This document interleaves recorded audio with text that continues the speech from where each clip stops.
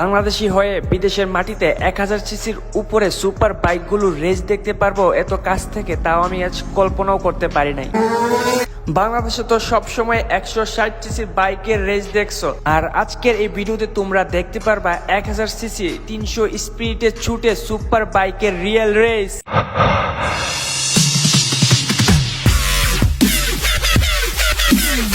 আসসালামু আলাইকুম, কি অবস্থা সবাই? তো আজকের ব্লগটা হচ্ছে 4 নাম্বার ব্লগ। তো তার আগে 3টা ব্লগ আপলোড করছি। তো সেই ব্লগগুলোর মধ্যে আমি বলছিলাম যে আমি বিদেশের মাটিতে এসে সুপার বাইকের গ্রুপের সাথে আমি জয়েন হয়েছি, তাদের সাথে অনেক ঘোরাঘুরি করলাম, অনেক মজা করলাম।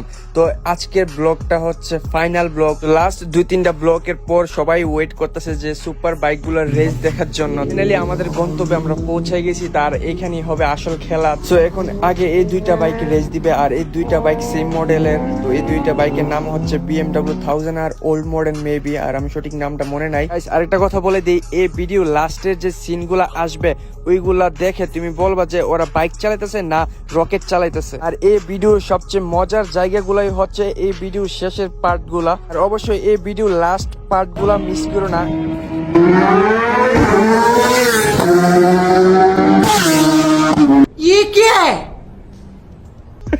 আরে ভাই, লাস্টের বাইক এটা কি ভাই? এটা কি রকেট গেল নাকি? একটা মায়া ছিল, ভিডিও করতেছিল, ওই মায়া শুধু বই পাইছে ভাই। আচ্ছা, আবার দেখি ওই ভিডিওর ক্লিপটা।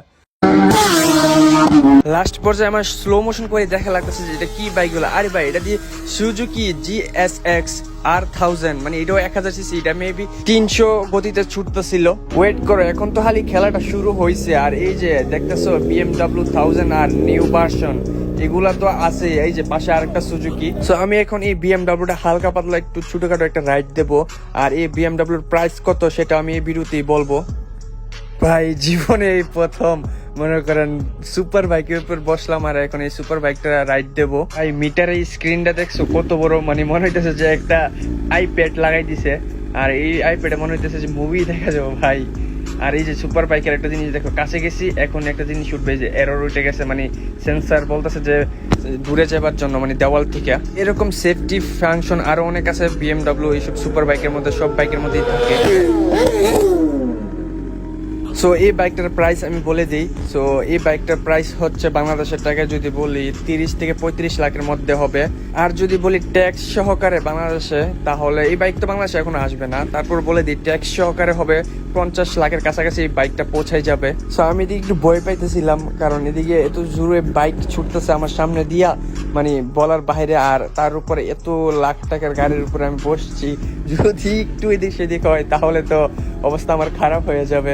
আর এই বাইকটা প্রচুর ওজন বলার বাইরে, মানে আমি যদি একটু এদিক সেদিক হয় তাহলে নিশ্চিত বাইকটা পড়ে যাবে। তো আমার সামনে দিয়ে এখন আরেকটা বাইক গেছে, তো আমি বাইকটাকে ঘুরাতেই পারতেছি না, খুবই কষ্ট হইতেছিল আমার। আর আমার পিছনে দেওয়াল ছিল, তাই আর একটু ভয় পাইতেছিলাম। আর এখানে মিটারে একটু পরপরই এরর আসতেছে, আর কারণ আমার পিছনে দেওয়াল, সেই কারণে মিটারে যে এরর, যদি আমি বাংলা ভাষায় বলি, এরর আমাকে বলতেছে নাম গরিব, এত দামি বাইকে উঠছস, জাস্ট ফান, একটু ফান করলাম আর কি। কি বলবো ভাই, এই যে এররটা এখনো যায়নি, যাবো একটু পরেই চলে যাব। তো আমি স্পিড টানতেছিলাম না, শুধু 10-9 গতিতেই টানতেছিলাম যদি একটা রিল ভিডিও বানানোর জন্য। আর এই যে দেখেন ফাইনাল লুক ভাই, কিরকম লাগে, অস্থির লাগে না ভাই? সত্যি কথা, এইসব বাইক বাংলাদেশে থাকার দরকার। আর এখন এই যে BMW 1000 আর নিউ ভার্সন আর ওল্ড ভার্সন এখন রেস দেবে। সো তারা প্রস্তুতি নিতেছে, হেলমেট পরতেছে, তো সামনে যাইতেছে আর কি।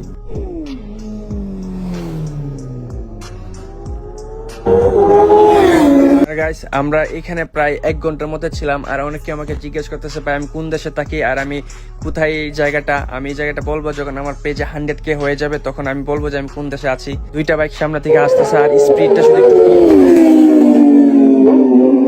ভাই, আমার KTM 390 এইসব সুপার বাইকের সামনে তো কিছুই না ভাই, তারা যেভাবে বাইক চালায়। আর আমি একটা জিনিস ভাবতেছি, কেন বাংলাদেশের মধ্যে এইসব সুপার বাইক নাই, কেন, কি সমস্যা? মানে 1000 সিসির পারমিট দিয়ে দিলে কি হবে? 1000 সিসি সুপার বাইক গুলা যেরকম safety function, safety brake system, ভাই সুপার হাই লেভেলের ব্রেক সিস্টেম। কথা কি জানেন, যত হায়ার সিসি তত হাই লেভেলের সেফটি। আর এটা হচ্ছে সুজুকি GSX R1000, তারপর একটা BMW আর ওই যে পাশে একটা হায়াবুসা 1300 সিসি। তো আমি একটু এখানে আমার ডিএসএলটা বাই করলাম আর একটু ছবি তুলতেছিলাম, আর তখনই দেখি আমাদের গ্রুপে একজন আমাকে নিয়ে ছবি তুলতেছে। তো যাক, জিনিসটা ভালোই লাগলো। গাইস, প্রায় অনেকগুলো ফুটেজ আমি মিস করছি, কারণ আমার গোপ্রো ক্যামেরার মধ্যে ব্যাটারি চার্জ শেষ হয়ে গেছিল। তো এই যে এই বাইকটা BMW ওল্ড ভার্সন, এটা একটু আগে রেস দিছিল, তারপর BMW 1000 আর নিউ ভার্সনটাও একটু আগে রেস দিছিল। আমি ভাবছিলাম আমার গোপ্রো চলতেছে, পরে বাসায় এসে দেখি যে ভাই অনেকগুলা ফুটেজই নাই। পরে আমার মাথা গরম হয়ে গেছিল ভাই, কি যে বলবো ভাই। সো তারা এখন আলোচনা করতেছে, মানে একজনের সাথে আরেকজন রেস দিছিল না, তো যে হারছে তাকে একটু ব্যঙ্গ করতেছিল, তো মজা করতেছিল আর কি। এখানে এখন যে হারছিল রেসের মধ্যে সে আবার বলতেছে যে আবার রেস দেব। তো তারা আবার রেস দেবে এখন। এই যে সবগুলো বাইক আবার রেডি করতেছে, রেস দেওয়ার জন্য প্রস্তুত করতেছে। আর এদিকে প্রায় অনেক মানুষ ভাই জমে গেছে ভাই। তোমরা যদি তাদের কথা শুনতা তোমরা হাসতে হাসতে শেষ হয়ে যেত। মানে যে হারছে তারা এমন ভাবে ব্যঙ্গ করা শুরু করছিল, তার সাথে এমন ভাবে মজা নেওয়া শুরু করছিল যে বলার বাইরে। আর ওই যে দেখতেছো মাথার উপরে, এটা ড্রোন। আর এই ড্রোনটা আমার না, বাট আমাদের বাইকের গ্রুপের মধ্যেই একজনের ছিল। তো ওর কাছ থেকে কিছু ড্রোন ফুটেজ আমি নিয়েছিলাম, আর নিয়ে এখন ভিডিওর মধ্যে আমি লাগিয়ে দিচ্ছি। আর সেই লাগতেছে ড্রোন ফুটেজ গুলো। আর এই যে সামনের থেকে এখন রেস হবে আবার। তো এখন BMW ভার্সেস BMW হবে।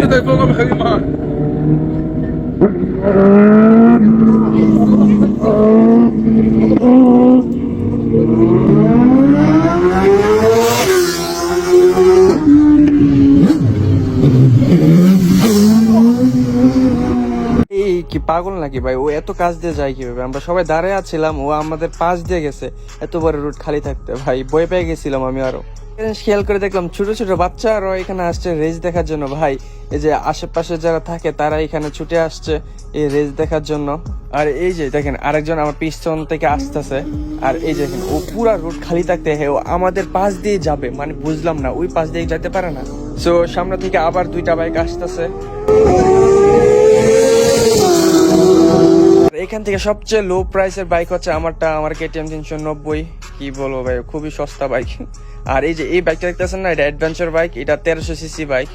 আর আমার সামনে এই যে আমি যে এখন যে বাইকটা হাত দিছি, এই বাইক হায়াবুসা 1300 সিসি, আর তার পাশে BMW।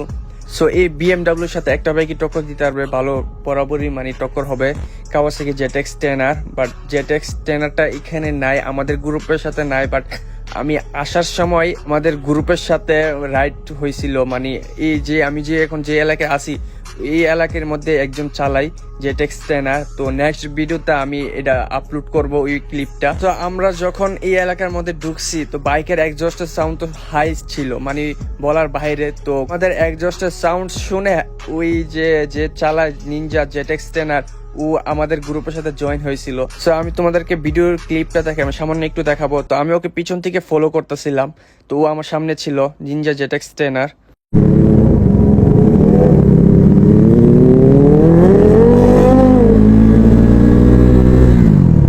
দেখছো ওকে আমি ধরতে পারি না, মানে ও আমার আগে গিয়েছিল। তো লাস্ট পর্যায়ে আমি ওকে ধরতে পারছিলাম, ও একটু স্লো করছিল। তো আমি নেক্সট ভিডিওতে দেখাবো। সো এখন আবার রেস হবে, সো আবার BMW ভার্সেস সুজুকি মেবি হবে। তো দেখা যাক কি হয়। তো এখন এই যে BMW গেল, আর আমার পিছন থেকে এখন সুজুকি আসবে, তারপর আরেকটা BMW আসবে। সো এখন আমার পিছন থেকে আসবে এই যে এটা হচ্ছে সুজুকি GSX R1000।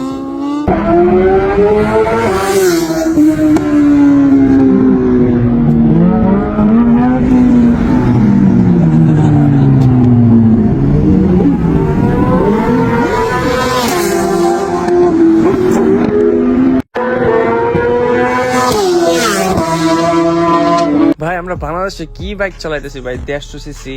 কবে ভাই এইসব সুপার বাইক আসবে, আর কবে আমরা বাংলাদেশের মানুষরা এইসব হাই লেভেলের বাইকের ফিল নিতে পারবো রে ভাই? সে এখন 375 সিসি পর্যন্ত পারমিট পাইছে ভাই। 375 সিসি এইসব কিছুই না ভাই। এইসব সুপার বাইকের ফার্স্ট গিয়ার উঠে 160 ভাই, যে টান রে ভাই কি।